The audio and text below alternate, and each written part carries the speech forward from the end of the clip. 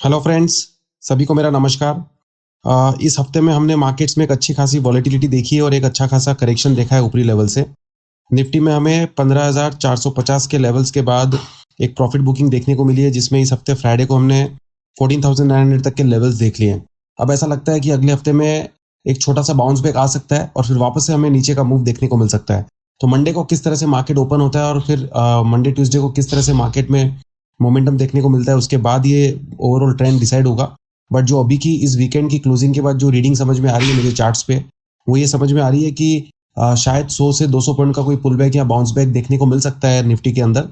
और वो pull back ऊपर में सस्टेन नहीं किया और वापस से अगर प्रॉफिट बुकिंग आई और नीचे में 14,900 के लेवल अगर टूटते हैं, तो फिर हमें एक अच्छा खासा करेक्शन और सेल ऑफ देखने को मिल सकता है, जिसमें 14,700 से लेके 14,500 तक के लेवल नेक्स्ट वीक में फिर निफ्टी में देखने को मिल सकते हैं। तो आई थिंक नेक्स्ट वीक आप लोग को कॉशियस रहना होगा, अलर्ट रहना होगा। एंड अगर हायर लेवल्स पे निफ्टी सस्टेन नहीं हुआ तो एक अच्छा खासा करेक्शन देखने को मिल सकता है। तो इमीडिएट सपोर्ट निफ्टी में जो ऊपर की तरफ है वो 15,250, 15,250 और 15,400 लेवल्स के आसपास है।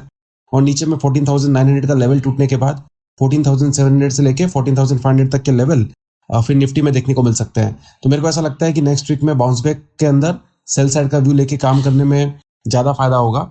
जहाँ तक बैंक निफ्टी का सवाल है, बैंक निफ्टी में भी इस हफ्ते में हमें करेक्शन देखने को मिली है और अब नेक्स्ट वीक में एक बाउंस बैक, एक पुल बैक अगर आता है तो बैंक निफ्टी में भी यहाँ से करेक्शन देखने को मिल सकती है। तो मेरे को लगता है कि कोई भी पुल बैक बाउंस बैक 36,500 या 36,800 तक के लेवल तक अगर बैंक निफ्टी में आती है तो उसमें सेल साइड का व्यू लेके काम करें। नीचे में 35,500 के लेवल एक बार ब्रेक होंगे तो 34,500 से लेके 34,000 तक के लेवल बैंक निफ्टी में देखने को मिल सकते हैं। तो 35,500 इमीडिएट सपोर्ट लेवल मान के चले, उसके नीचे 1,000 से 1,500 पॉइंट का करेक्शन बैंक निफ्टी में आ सकता है। ऊपर में 36,500, 36,800 ये लेवल्स के पास अगर बैंक निफ्टी सस्टेन नहीं करता और वहां से वापस से सेलिंग प्रेशर आता है तो एक अच्छा खासा करेक्शन नेक्स्ट वीक फिर बैंक निफ्टी में भी देखने को मिल सकता है। तो दोनों में थोड़ा कॉशियस रहना होगा। नेक्स्ट वीक मंथली एक्सपायरी भी है और जिस तरह का इस वीक में हायर लेवल से करेक्शन बना है उसको देखते हुए लगता है कि एक्सटेंडेड हो सकता है। स्टॉक स्पेसिफिक और सेक्टर स्पेसिफिक अगर देखेंगे तो पीएसयू बैंकिंग स्टॉक इस वीक बहुत बढ़िया रैली दिखा है। अब ये रैली थोड़ा सा पॉज ले सकता है और थोड़ा सा पीएसयू बैंकिंग स्टॉक्स में करेक्शन आ सकता है। इसके साथ साथ प्राइवेट बैंकिंग और एनबीएफसी में भी करेक्शन देखने को मिल सकता है। इस हफ्ते हमने कोटक बैंक, एचडीएफसी में बिकवाली की सलाह दी थी, तो हायर लेवल्स पे इनमें वापस से दबाव देखने को मिल सकता है। इसके साथ साथ एक्सिस बैंक, आईसीआईसीआई बैंक, इनमें भी दबाव देखने को मिल सकता है।